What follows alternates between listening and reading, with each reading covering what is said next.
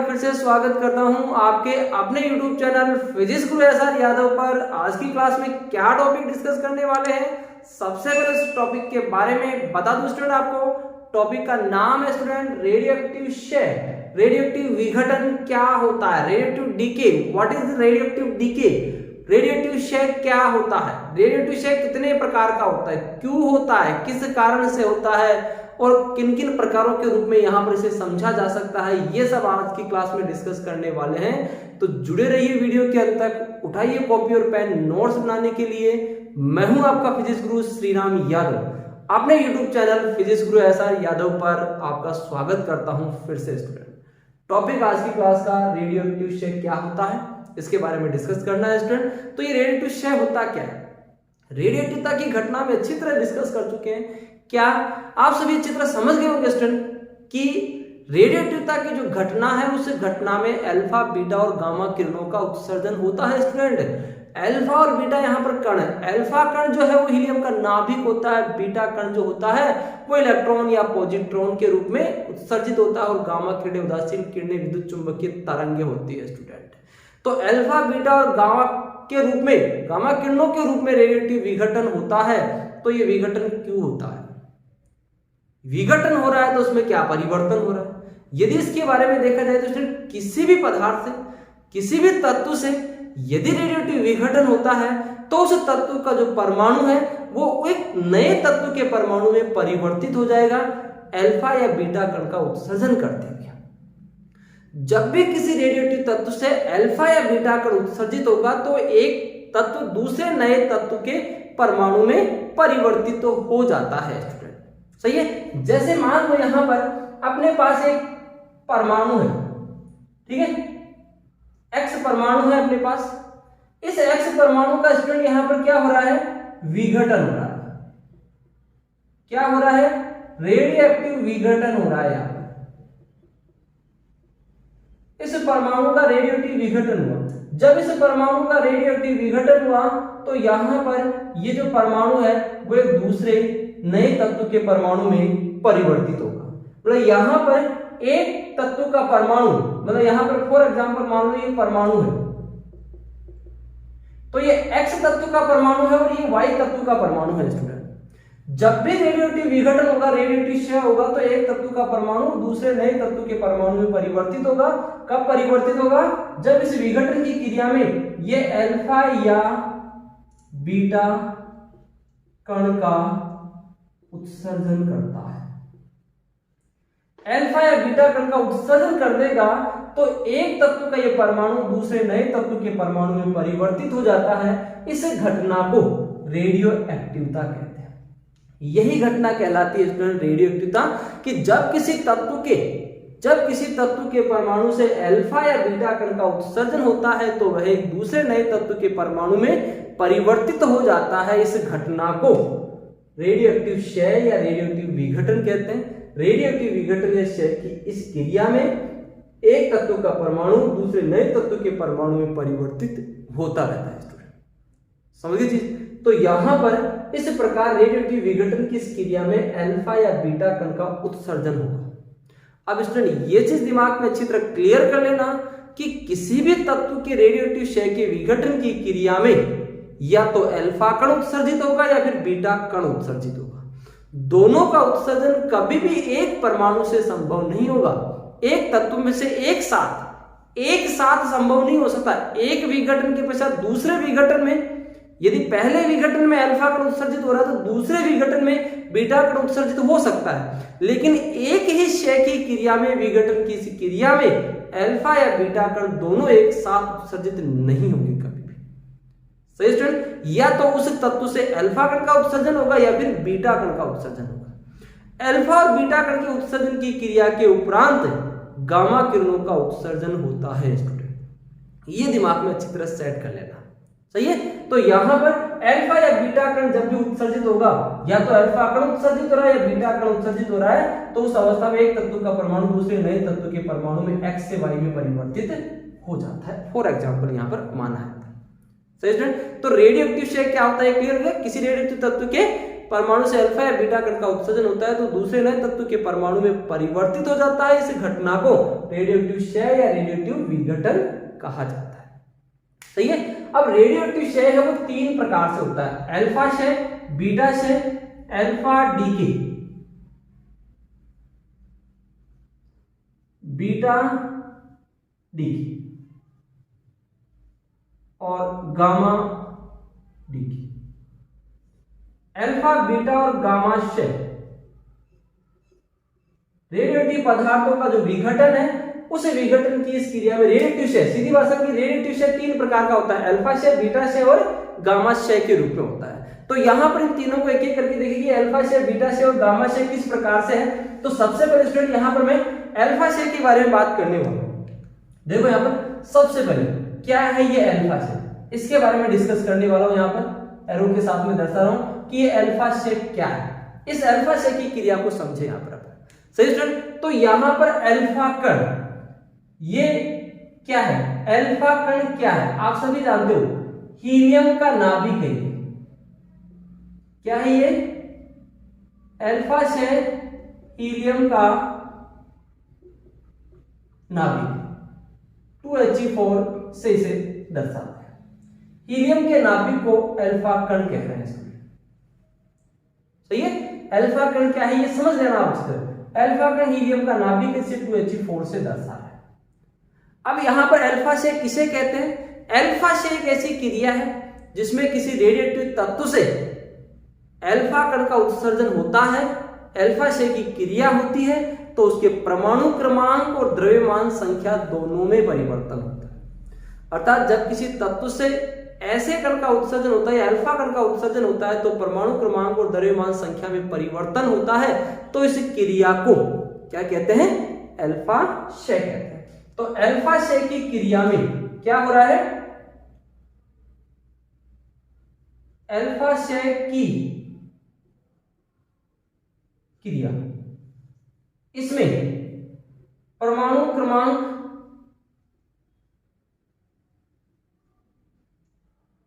और द्रव्यमान संख्या, परमाणु क्रमांक और द्रव्यमान संख्या दोनों का मान बदलता है। परमाणु क्रमांक में भी परिवर्तन होता है, द्रव्यमान संख्या में भी परिवर्तन होता है। परमाणु क्रमांक Z 2 कम हो जाएगा और द्रव्यमान संख्या A 4 कम होगी। ये ध्यान रखना। अल्फा क्षय की क्रिया में देखो यहां पर अल्फा क्षय की क्रिया में तत्व के परमाणु क्रमांक में 2 की कमी और द्रव्यमान संख्या में 4 की कमी होती है। इसका मतलब नया तत्व आवर्त सारणी में 2 स्थान पीछे चला जाता है क्योंकि परमाणु क्रमांक में 2 की कमी हो रही है। सही है। जब भी अल्फा क्षय की क्रिया होगी तो उस अल्फा क्षय की क्रिया में परमाणु क्रमांक और द्रव्यमान क्रमांक दोनों बदल रहे हैं। परमाणु क्रमांक में 2 की कमी हो रही है और द्रव्यमान क्रमांक में 4 की कमी होगी स्टूडेंट। तो इस आधार पर अल्फा क्षय की जो क्रिया है, क्या है वो अल्फा क्षय की क्रिया।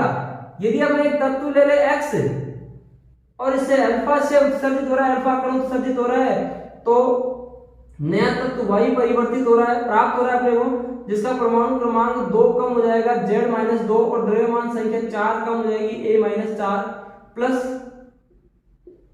2He4 और प्लस Q मान। सही है। तो यहां पर एक तत्व के परमाणु से दूसरे नए तत्व का परमाणु प्राप्त हुआ और उसके साथ में क्या मिला, उसके साथ में यहां पर एक अल्फा कण, उसके साथ क्या मिल रहा है, देखो फिर से देखो क्या है यहां पर 2He4, क्या है ये 2He4 स्टूडेंट, यहां पर अल्फा कण। और ये Q मान जो है वो यहां पर विघटन ऊर्जा कहलाती है। Q मान यहां पर क्या है, विघटन ऊर्जा कहलाती है। यहां पर पहला तत्व का जो नाभिक है उसे पितृ नाभिक कहते हैं और जो दूसरा नया तत्व अपने को प्राप्त हो रहा है उसे पुत्री नाभिक कहते हैं। पितृ नाभिक और पुत्री नाभिक इन्हें कहा जा सकता है। आइंस्टीन के ऊर्जा द्रव्यमान समीकरण के अनुसार पित्र नाभिक का जो द्रव्यमान है वो इस पुत्री नाभिक के द्रव्यमान की तुलना में अधिक होता है। कह सकते हो कि पुत्री नाभिक का द्रव्यमान पित्र नाभिक की तुलना में कम होता है। द्रव्यमान में होने वाली जो हानि है, ये जो कमी है, यह आइंस्टीन के द्रव्यमान ऊर्जा संबंध के अनुसार ऊर्जा के रूप में परिवर्तित होती है। उस ऊर्जा को क्यू मान या विघटन ऊर्जा कहते हैं। उस ऊर्जा को क्यू मान या विघटन ऊर्जा कहा जाता है। इस क्यू मान ऊर्जा का जो मान है, क्यू मान ऊर्जा जो है वो याद कर लेना स्टूडेंट, आइंस्टीन की ऊर्जा द्रव्यमान समीकरण के अनुसार डेल ई बराबर mc स्क्वायर। यहां पर यदि पितृ नाभिक का द्रव्यमान mx मान ले तो इसमें से घटा दे पुत्री नाभिक का द्रव्यमान my, इसमें से घटा दे अल्फा कण का द्रव्यमान ml इनटू c स्क्वायर। इस q मान ऊर्जा का जो मान है वो इस समीकरण से ज्ञात किया जा सकता है। mx यहां पर पितृ नाभिक का द्रव्यमान, my यहां पर पुत्री नाभिक का द्रव्यमान, m अल्फा यहां पर अल्फा कण का द्रव्यमान। तो आइंस्टीन के ऊर्जा द्रव्यमान समीकरण के अनुसार सबने पढ़ा है स्टूडेंट E बराबर mc स्क्वायर। तो इसी समीकरण का उपयोग करते हुए यहाँ पर इस Q मान, ये Q मान क्या है? ये Q मान स्टूडेंट याद रखना विघटन ऊर्जा कहलाती है। Q मान यहाँ पर विघटन ऊर्जा है और इस ऊर्जा का मान mc स्क्वायर के पदों में आइंस्टीन के ऊर्जा द्रव्यमान समीकरण के अनुसार ये रहेगा स्टूडेंट। सही है। तो यहाँ पर अल्फा क्षय की जो क्रिया है, इस क्रिया में परमाणु क्रमांक में 2 की कमी और द्रव्यमान क्रमांक में 4 की कमी हो रही है स्टूडेंट। तो यहां पर इसको एक उदाहरण की सहायता से समझे तो देखो यहां पर एग्जांपल इसके एग्जांपल की बात, जैसे यहां पर मान लो अपने पास यूरेनियम नाभिक 92 यूरेनियम 238। यूरेनियम नाभिक से यदि अल्फा कण उत्सर्जित होता है तो परमाणु क्रमांक में 2 की कमी हो जाएगी। इसका मतलब 90 परमाणु क्रमांक का तत्व प्राप्त होगा और 90 जिसका परमाणु क्रमांक है उसे थ्योरियम कहते हैं स्टूडेंट। सही है। और द्रव्यमान संख्या में 4 की कमी हो रही है तो 238 की जगह 234। सही है। प्लस 2He4 क्या है? 2He4 अल्फा कण प्लस Q मान। सही है। मतलब यूरेनियम का जो नाभिक है वो किसमें बदल रहा है? थ्योरियम में परिवर्तित हो रहा है, साथ में अल्फा कण का उत्सर्जन हो रहा है। सही है। जब यूरेनियम से अल्फा कण का उत्सर्जन होता है तो थ्योरियम का नाभिक प्राप्त होता है स्टूडेंट। Clear student. यहां पर इसी प्रकार एक एग्जांपल और देखें, और देखो एग्जांपल मान लो अपने पास रेडियम 88 Ra226।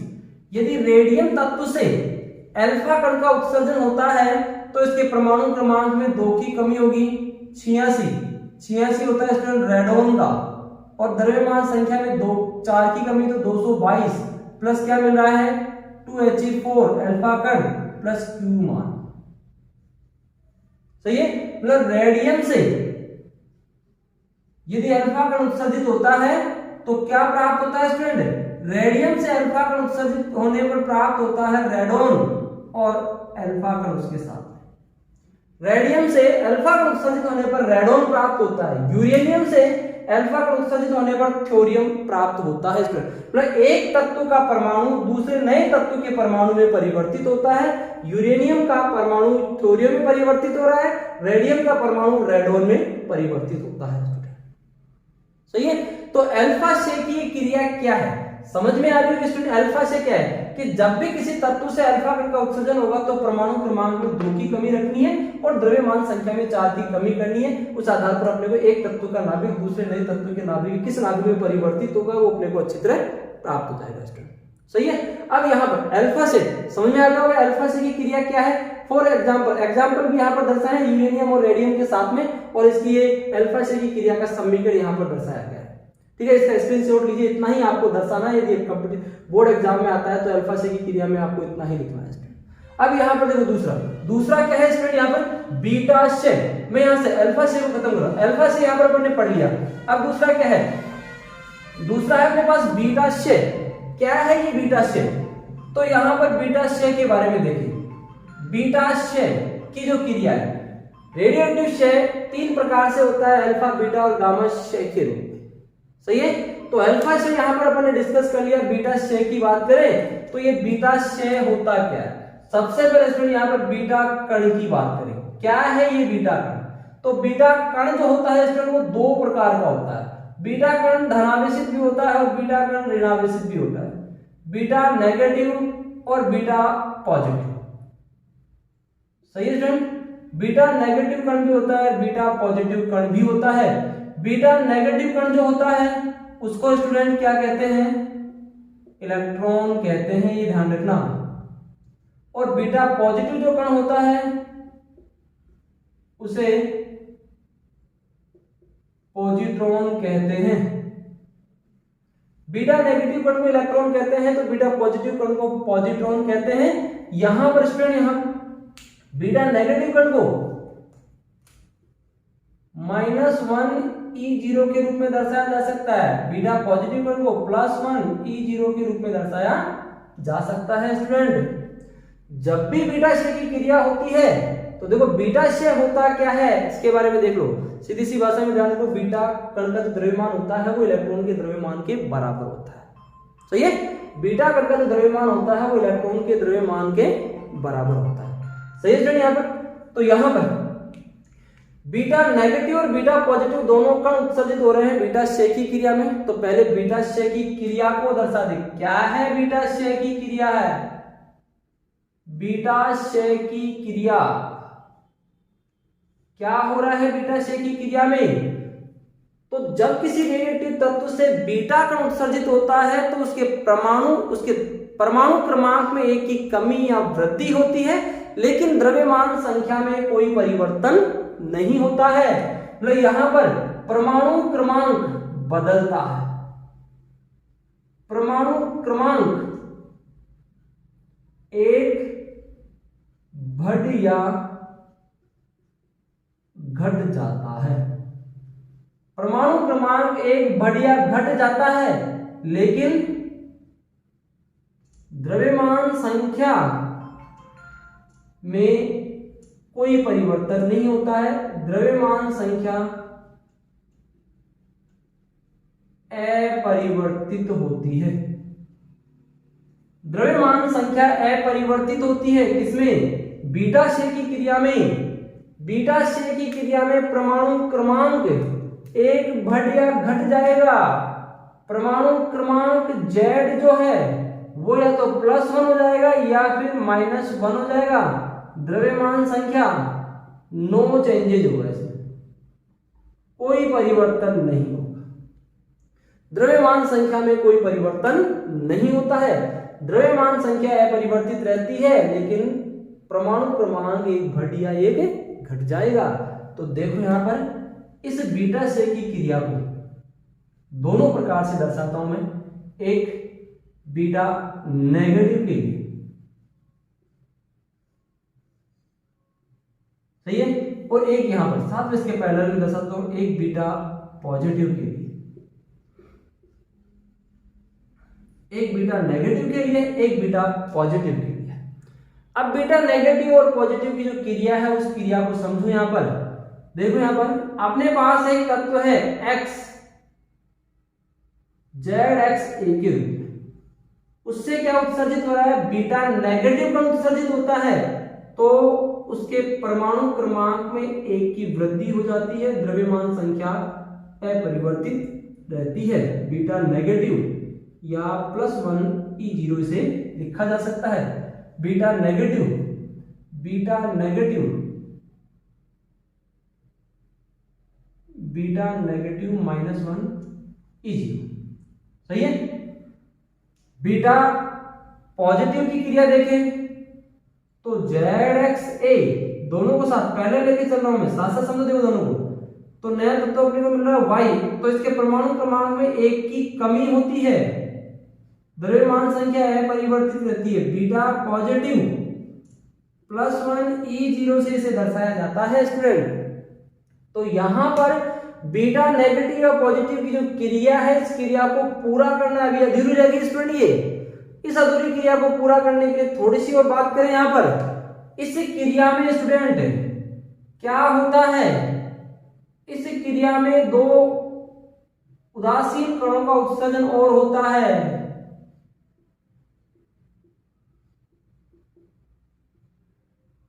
न्यूट्रिनो और एंटी न्यूट्रिनो,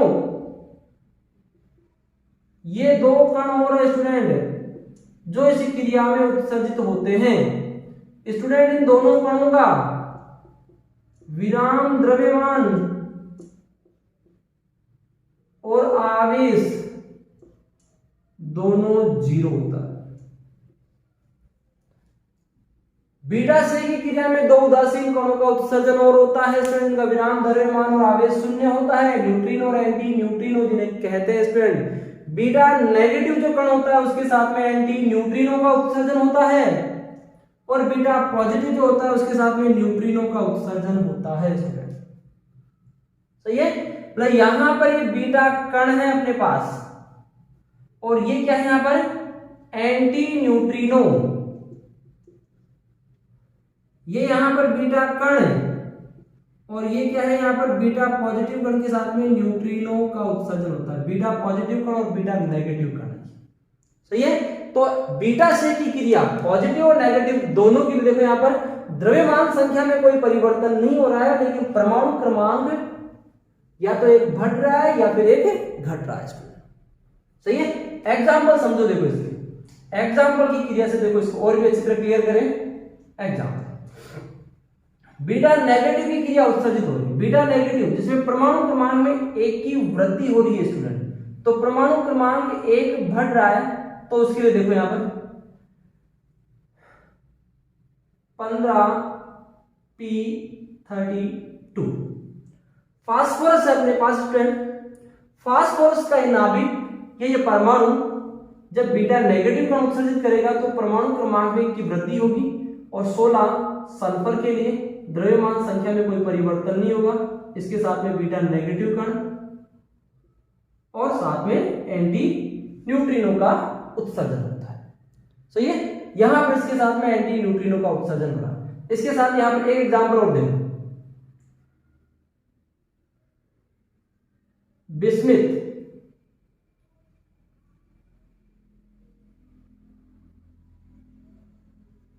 बिस्मिथ 82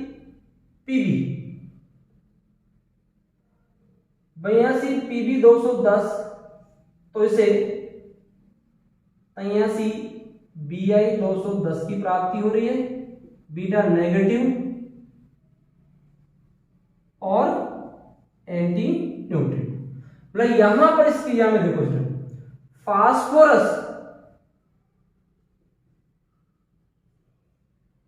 फास्फोरस का जो नाभिक है वो किस में बदल रहा है, सल्फर में बदल रहा है, जब वो बीटा नेगेटिव कण का उत्सर्जित कर रहा है। सही है। शीशे का नाभिक जो है वो परिवर्तित हो रहा है किसमें, बिस्मिथ में परिवर्तित हो रहा है, जब वो बीटा नेगेटिव कण का उत्सर्जन करता है। सही है। अब यहां पर बीटा पॉजिटिव की क्रिया देखें तो बीटा पॉजिटिव की क्रिया में देखो यहां पर फ्रेंड, सोडियम 11Na22, सोडियम का नाभिक क्या है अपने पास, सोडियम का नाभिक बीटा पॉजिटिव कण का उत्सर्जन करता है, तो इसके द्रव्यमान परमाणु क्रमांक में 1 की कमी हो जाएगी, 10 neon 22 plus beta positive plus neutrino. यहां पर सोडियम के नाभिक से जब बीटा पॉजिटिव कण उत्सर्जित होता है तो नियोन का नया नाभिक प्राप्त होता है। इसी प्रकार सल्फर को फिर से देखो, फास्फोरस 15p30 फास्फोरस, तो फास्फोरस के नाभिक से जब बीटा पॉजिटिव कण उत्सर्जित होता है तो silicon 14Si30 plus beta positive plus neutrino का उत्सर्जन होता है। मतलब यहां पर फास्फोरस का नाभिक सिलिकॉन में परिवर्तित होता है, यहां पर फास्फोरस का नाभिक सल्फर में परिवर्तित होता है तो बीटा नेगेटिव कण उत्सर्जित करता है, लेकिन फास्फोरस का नाभिक सिलिकॉन में परिवर्तित होता है तो बीटा पॉजिटिव कण का उत्सर्जन करता है। सही है। तो यहां पर ये दूसरी क्रिया थी अपनी बीटा से की क्रिया। क्या है स्टूडेंट बीटा से, ये यहां पर इसके बीटा से की क्रिया है और इस उदाहरणों की सहायता से अच्छी तरह समझ में आएगा। इसमें इतना ही आपको लिखना है, बाकी कुछ नहीं, इतना ही समझना है। इसमें सब कुछ इसमें आगे, इसका स्क्रीनशॉट लीजिए। तो दूसरा शेय यहां पर कंप्लीट हुआ। तीसरा और देखो स्टूडेंट यहां पर क्या है, तीसरा पहला अल्फा और बीटा हो गया, अब तीसरा है अपने पास गामाशय, दूसरा भी हो गया रेडियोएक्टिव क्षय के 3 प्रकार बताए स्टूडेंट मैंने, 3 क्या, अल्फा क्षय, बीटा क्षय और गामा क्षय, अल्फा क्षय, बीटा क्षय और गामा क्षय। तो तीसरा देखो स्टूडेंट यहां पर क्या है, गामा क्षय क्या होता है, चाहिए गामा किरण, अल्फा और बीटा कण थे स्टूडेंट, ये ध्यान रखना, अल्फा और बीटा कण थे लेकिन गामा किरण होती है, सही है। गामा किरणें जो होती है वो विद्युत चुंबकीय तरंगे होती है स्टूडेंट, विद्युत चुंबकीय तरंगे हैं, उदासीन किरण कह सकते हैं इसे, उदासीन किरणें हैं स्टूडेंट। गामा किरणें जो है उदासीन किरणें, इन पर कोई आवेश नहीं होता है। गामा क्षय की जो क्रिया है, गामा क्षय की जो क्रिया है उस क्रिया को समझ लो। यहां पर गामा किरण विद्युत चुंबकीय तरंगे होती है जो निर्वात में भी गति कर सकती है, जिनका वेग प्रकाश के वेग के तुल्य होता है, ये उदासीन किरणें होती है स्टूडेंट। तो गामा क्षय की जो क्रिया है उस क्रिया को समझो, यहां पर गामा क्षय की क्रिया, तो स्टूडेंट गामा क्षय की क्रिया एक ऐसी क्रिया है जो अल्फा या बीटा कण के उत्सर्जन के बाद प्राप्त होती है, अल्फा या बीटा कण के उत्सर्जन के बाद संपन्न होती है। या तो किसी रेडियोएक्टिव तत्व से अल्फा कण उत्सर्जित होता है या बीटा कण उत्सर्जित होता है, तो उसके बाद गामा क्षय की क्रिया होती है। इस गामा क्षय की क्रिया में परमाणु क्रमांक और द्रव्यमान संख्या, ये दोनों स्टूडेंट अपरिवर्तित रहती है, कोई परिवर्तन नहीं होता है, ना तो परमाणु क्रमांक में परिवर्तन होता है ना द्रव्यमान संख्या में परिवर्तन होता है गामा क्षय की क्रिया में। क्यों नहीं होता है? क्योंकि गामा क्षय की क्रिया में जो परमाणु या नाभिक है, परमाणु या नाभिक वो उत्तेजित अवस्था में पहुंच जाता है। परमाणु या नाभिक जिससे अल्फा या बीटा कण का उत्सर्जन होता है, उसके बाद वो उत्तेजित अवस्था में पहुंच जाता है। उत्तेजित अवस्था जो है स्टूडेंट वो एक अस्थायी अवस्था है, ये आप सभी जानते हो। इस अस्थायी अवस्था में 10⁻⁹ सेकंड तक कोई नाभिक या परमाणु रुक सकता है।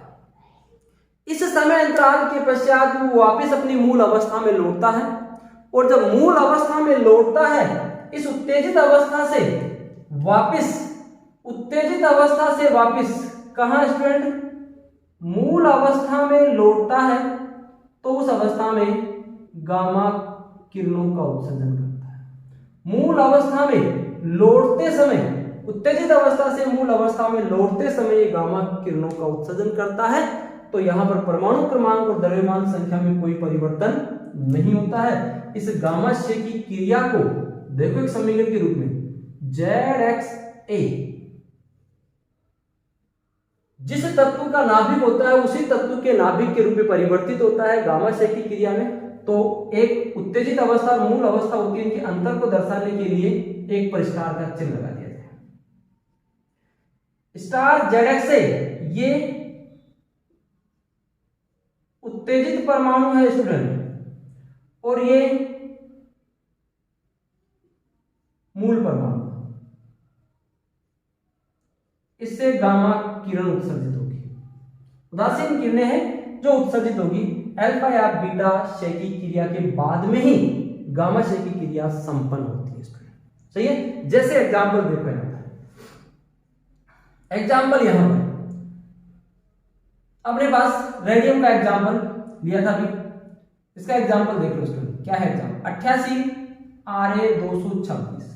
रेडियम से यदि अल्फा कण उत्सर्जित होता है तो रेडोन का नाभिक प्राप्त होगा 86 Rn222 plus 2He 4 plus Q मान, यहां पर क्या मिल रहा है अपने को, रेडोन प्राप्त हो रहा है, रेडियम से रेडोन की प्राप्ति हो रही है अल्फा से की क्रिया में। तो ये जो रेडोन का नाभिक है वो अपनी उत्तेजित अवस्था में चला गया, सही है, ये इसकी क्या है स्टूडेंट, उत्तेजित अवस्था है, सही है। तो यहां पर ये रेडोन का नाभिक जब अपने उत्तेजित अवस्था से वापिस मूल अवस्था में लौटेगा, 86 Rn 222 उत्तेजित अवस्था, ये स्टार लगा हुआ इसकी, ये क्या है इसकी उत्तेजित अवस्था है और ये इसकी मूल अवस्था है। तो जब उत्तेजित अवस्था से वापस मूल अवस्था में लौटता है तो किसका उत्सर्जन करता है, उदासीन गामा किरणों का उत्सर्जन करता है। तो यहां पर इसका मतलब है कि गामा क्षय की जो क्रिया है वो अल्फा या बीटा क्षय की क्रिया के बाद ही संपन्न हो सकती है, सही है। तो यहां पर आज की क्लास का एक इंपॉर्टेंट टॉपिक डिस्कस किया है, रेडियोएक्टिव क्षय जो 3 प्रकार का होता है, अल्फा क्षय, बीटा क्षय और गामा क्षय के रूप में। आशा करता हूं स्टूडेंट आपको समझ में आया होगा। फिर भी कोई कंफ्यूजन हो तो उस कंफ्यूजन को आप मेरे तक जरूर पहुंचाइए, कमेंट बॉक्स में आप शेयर कीजिएगा उसे। साथ में चैनल पर पहली बार आए हो तो चैनल को सब्सक्राइब कीजिए, साथ बेल आइकन को दबाइए जिससे अपलोड होने वाले नई वीडियो का नोटिफिकेशन सबसे पहले आप तक पहुंच सके। थैंक यू स्टूडेंट आज की क्लास के लिए।